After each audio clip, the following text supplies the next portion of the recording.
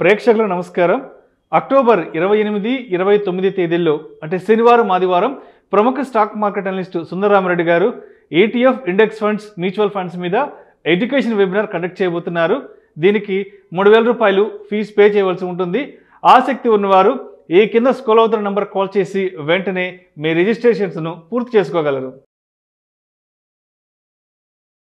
Sir నమస్తే. Sir నమస్తే అండి. సుందరరామరెడ్డి గారు, ఈ మ్యూచువల్ ఫండ్ ఇన్వెస్ట్మెంట్ పెనిట్రేషన్ రోజు రోజుకి ఎంతలా పెరిగిపోతుందంటే మ్యూచువల్ ఫండ్ డిమాట్ అకౌంట్లే ఆల్మోస్ట్ 7 కోట్లకు చేరాయి. ప్రతి నెల SIP క్యాష్ ఫ్లోనే 16,000 కోట్ల రూపాయలకి, అంటే జస్ట్ ఒక 2-3 మంత్స్ వరకు కూడా నెలకి 13,000 కోట్లు 14,000 కోట్లు SIPల రూపంలో మ్యూచువల్ ఫండ్స్లోకి అమౌంట్ వెళ్తుందని మాట్లాడుకుంటే ఇవాళకి ఇవాళ 16,000 కోట్లు, ఎస్పెషల్లీ ఒక సెప్టెంబర్లోనే అంత బిజినెస్ జరిగింది మ్యూచువల్ ఫండ్స్కి. ఏంటంటారు అసలు, ఎక్కడికి వెళ్తున్నాం అంటారు? దీన్ని ఎలా తీసుకోవాలి అసలు? బేసికల్గా ఈ ట్రెండ్ చూస్తే ఈక్విటీ కల్చర్ పెరుగుతుందండి ఓవరాల్గా.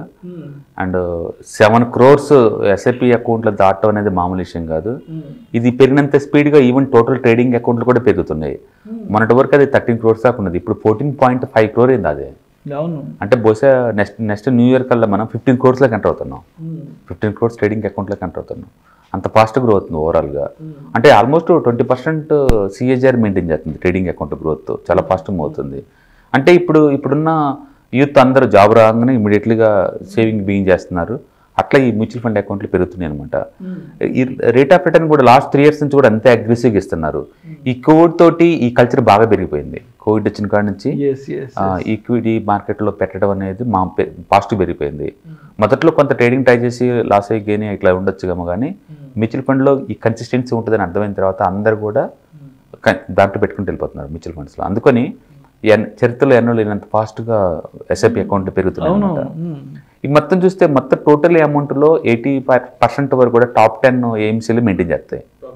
కొత్తవి వస్తున్నాయి. లాస్ట్ 6 monthsలోనే చూసుకుంటే హీలియో మ్యూచువల్ ఫండ్ వచ్చింది, జీరోదా మ్యూచువల్ ఫండ్స్ వచ్చినాయి, అండ్ గ్రో మ్యూచువల్ ఫండ్ వచ్చింది, అండ్ కొత్త 5-6 దాకా పర్మిషన్లు వచ్చేసింది AMC లైసెన్స్లో. అందుకని ఇంకా ముందు రోజుల్లో పెరగడం తప్ప తగ్గడానికి ఏం లేదు. ముందు రోజుల్లో కూడా ఇంకా పెరుగుతుంది తప్ప తగ్గేదేం లేదు. అందుకని ఓవరాల్గా ఫైనాన్షియల్ అవేర్నెస్ పెరుగుతుంది.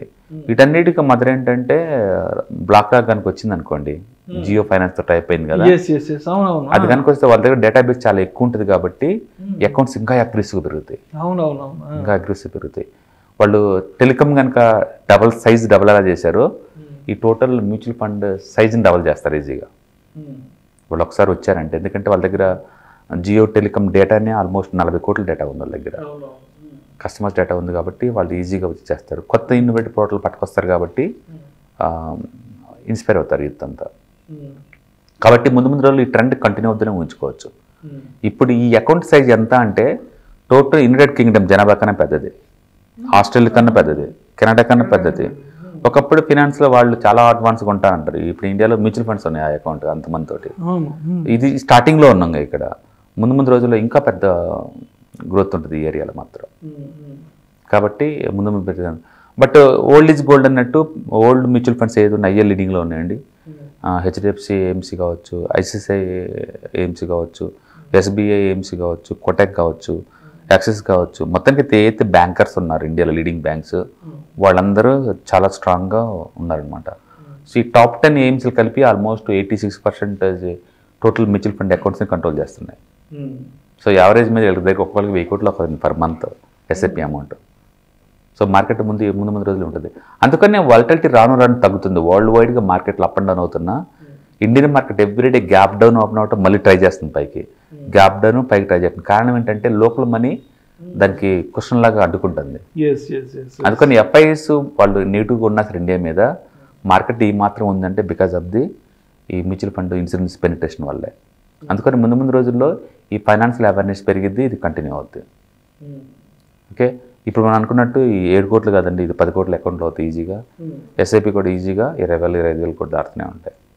అంటే రోజుకి ఒక 1000 కోట్లు వచ్చే దూరం ఎంతో దూరంలో లేదు, తొందరలోనే ఆ మైల్ స్ట్రెంత్ మనకు చేరుకుంటుంది. ఏదన్నా అంటే మ్యూచువల్ ఫండ్కి సంబంధించి ఏదన్నా ఈ టీవీ ప్రసార మాధ్యమాలలో ఒక యాడ్ వచ్చినప్పుడు వెంటనే ఒక డిస్క్లైమర్ వస్తుంది, mutual funds are subject to market risk, read all the related documents and schemes careful before investing అనేది. సో ఇక్కడ రిస్క్ అనేది ఏంటి, అసలు మనం అర్థం చేసుకోవాల్సిన రిస్క్ ఏంటి ఇక్కడ? డెఫినెట్గా అండి మ్యూచువల్ ఫండ్స్ అంటే ఒకటే అనుకుంటారు, దాంట్లో బోల్డ్ అన్ని కేటగిరీస్ ఉంటాయండి.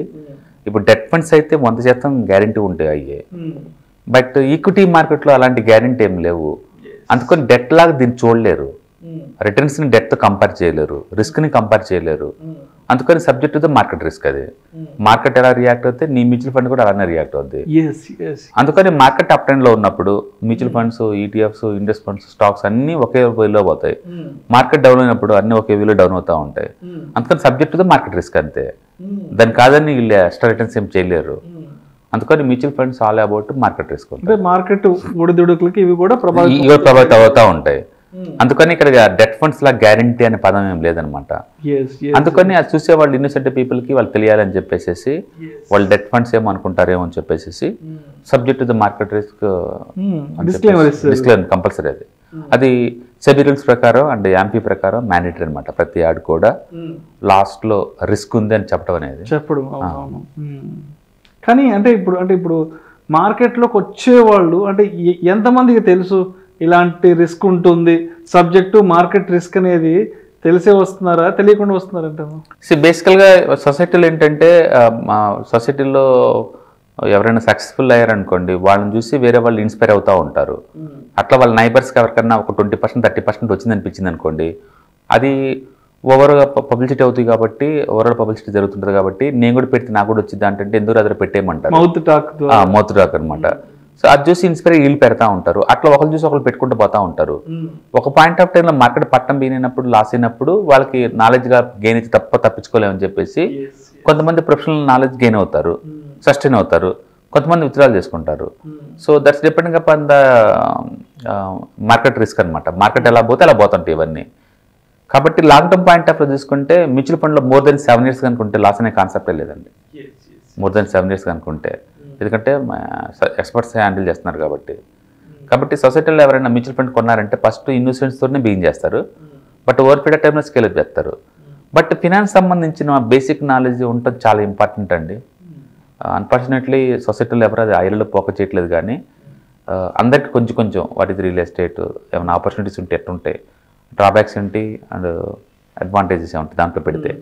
బ్యాంక్ డిపాజిట్స్లో అడ్వాంటేజ్ ఉంది, డిసడ్వాంటేజ్ ఉంది. పెడితే నేను ఎంత రావచ్చు, ఎంత స్టార్ట్ చేసుకోవచ్చు. గోల్డ్లో పెడితే అడ్వాంటేజ్ ఉంది, డిసడ్వాంటేజ్ ఉంది. నాకు ఎంత రిటర్న్స్ రావచ్చు పెడితే, ఎలా మేనేజ్ చేసుకోవాలి. స్టాక్స్ అడ్వాంటేజ్, డిసడ్వాంటేజ్ ఏంటి, ఎంత ఎక్స్పెక్ట్ చేయొచ్చు, పోతే ఎంత పోవచ్చు. ఇట్లా ప్రతి ఎసెట్ క్లాస్ మీద ఎంతకంత బేసిక్ ఐడియా ఉండేలాగా సొసైటీలో కోర్స్ ఉండాలి. 10th లోను, 8th లోను, 7th లోను. అప్పుడు అందరికీ బేసిక్ ఐడియా వస్తుంది, అందరు ప్రొఫెషనల్గా తయారు చేసుకోవచ్చు. ఎందుకంటే ఇవాళ రేపట్లో రిచ్ అవ్వాలంటే యాక్సిడెంటల్గా అవ్వరు, ప్లానింగ్ ఉంటేనే అవుతారు. అంటే compound interest time value early స్టేజ్లో ఉంటే నీకు అడ్వాంటేజ్ అవుద్ది, అది లేట్గా 30-40 తెలిపితే కాదు. అందుకని స్కూల్ కరికులం ఇలాంటి పెట్టడం ద్వారా అందరికీ యూజ్ అవుద్ది.